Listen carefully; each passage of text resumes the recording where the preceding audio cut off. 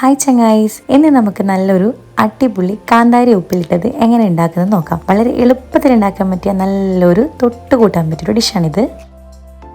അപ്പോൾ ഞാനിവിടെ എടുത്തിരിക്കുന്നത് നല്ല വെള്ള കാന്താരിയാണ്, നല്ല എരിവുള്ള കാന്താരി. അപ്പോൾ നിങ്ങളുടെ കയ്യിൽ എന്താ ഉള്ളത് ആ കാന്താരി തന്നെ എടുത്താലും മതി. നന്നായിട്ട് കഴുകി വൃത്തിയാക്കണം, അതാണ് ആദ്യം ചെയ്യേണ്ട കാര്യം.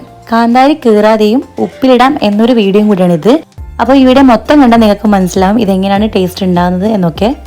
ഉപ്പിലിടുമ്പോൾ ഏറ്റവും നല്ലത് കുപ്പിയാണ് നല്ലത്, അതാവുമ്പോൾ കുറേ നാൾ കേടാതിരിക്കും. അപ്പോൾ ഞാനൊരു കുപ്പി എടുത്തിട്ടുണ്ട്, അത് നന്നായിട്ട് കഴുകി തുടച്ച് വൃത്തിയാക്കിയതാണ്.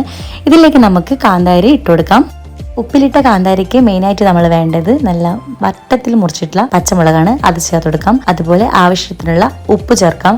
കല്ലുപ്പാണ് നല്ലത്, എൻ്റെ കയ്യിലില്ലാത്തതുകൊണ്ട് ഞാൻ പൊടിയുപ്പ് ചേർത്തിട്ടുണ്ട്. ഇനി നമുക്ക് ആവശ്യമുള്ളത്ര വെള്ളം ചേർത്ത് കൊടുക്കാം. ഞാനിപ്പോൾ ഒരു 1/2 ഗ്ലാസ് വെള്ളം ചേർത്തിട്ടുണ്ട്. അതുപോലെ ഒരു 1/4 ഗ്ലാസോളം വിനാഗിരിയും കൂടി ചേർത്ത് കൊടുക്കാം. വിനാഗിരി ചേർക്കാതെയും ഉപ്പിലിടാം, എന്നാലും കൂടുതൽ കാലം നിൽക്കുന്നത് വിനാഗിരി വെച്ചിട്ടുള്ളതാണ്. ഇനി നന്നായിട്ട് ഇതൊന്ന് കുലുക്കി കൊടുക്കാം. അതല്ലെങ്കിൽ നല്ല ഉണങ്ങിയ സ്പൂണ് വെച്ച് നന്നായിട്ടൊന്ന് മിക്സ് ചെയ്തിട്ട് ഒന്ന് മാറ്റി വെക്കാം. ഇപ്പോൾ കറക്റ്റായിട്ട് കിട്ടിയിട്ടുണ്ട്, കണ്ടില്ല? ഇതിപ്പോൾ നന്നായിട്ട് പൊന്തിക്കിടക്കുകയാണ്. ഇത് നന്നായിട്ട് ഉപ്പ് പിടിച്ചാൽ ഈ കാന്താരിയൊക്കെ നല്ലൊരു കളറായിട്ട് വരും, അതാണ് ഇതിൻ്റെ ഭാഗം. എപ്പോഴും മൂടി നന്നായിട്ട് ടൈറ്റിലിടാൻ ശ്രദ്ധിക്കണം. അതുപോലെ ഉണങ്ങിയ സ്പൂൺ വെച്ച് മാത്രം എടുക്കുക. ഏറ്റവും സിമ്പിളായിട്ട് എങ്ങനെ കാന്താരി ഉപ്പിലിടാം എന്നൊരു വീഡിയോ ആണ് ഇത്. വീഡിയോ ഇഷ്ടപ്പെട്ടാൽ ലൈക്ക്, ഷെയർ, സബ്സ്ക്രൈബ് ചെയ്യാൻ മറക്കല്ലേ.